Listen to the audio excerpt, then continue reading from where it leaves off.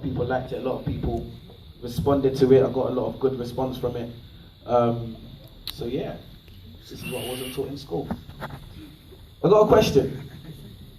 How many of you guys have actually learned something new this Black History Month? My point exactly. Hold up.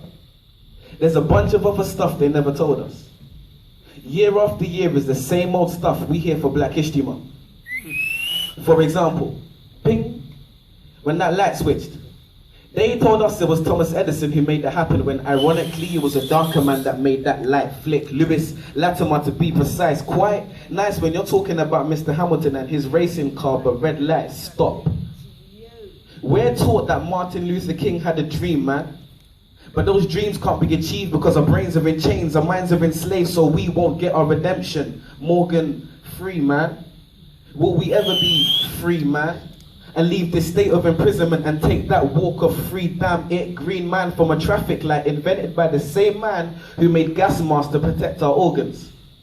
Another free man named Garrett Morgan, but I bet you never knew that. See, we need to open up our minds, but how can we be taught to see if the blind lead the blind? First person to develop significant eye surgery was a black woman named Dr. Patricia E. Barth. Now on that note, there's a question I must ask.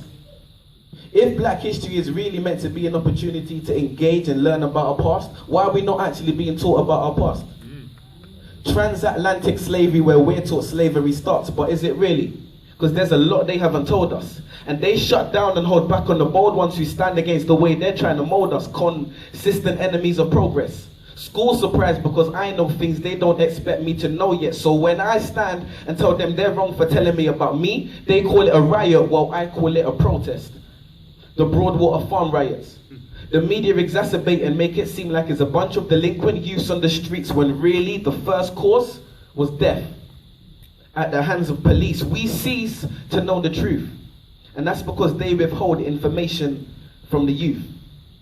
Maybe one day we'll be satisfied with how our knowledge of history equates. And I'm sure like me, you was forced to depend on those to teach and educate. So let's leave it for the teachers to do their job and fill in that space. No answer. Well, maybe I'll just help and throw out some names. Mary Seeker, or Crimean War Nurse. Mary Prince, a black female author, published in England. To be precise, she was the first. Bernie Grant, local activist and respected MP. Trevor McDonald, one of the first black ITN journalists to hit the TV screen. Jamal Edwards and SBTV.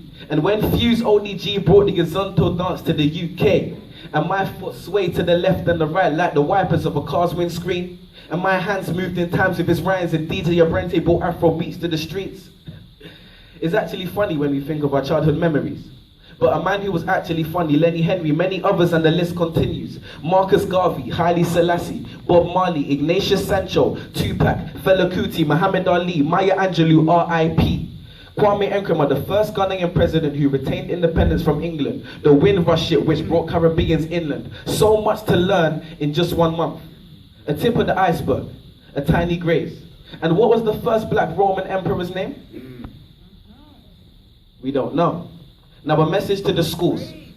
Years passed and we're still stuck in this civil rights age, which isn't bad if we learn something new, but we don't. And we're not being taught enough about our culture, so there's no one else to blame but you. And if not you, then who? Questions, questions, questions.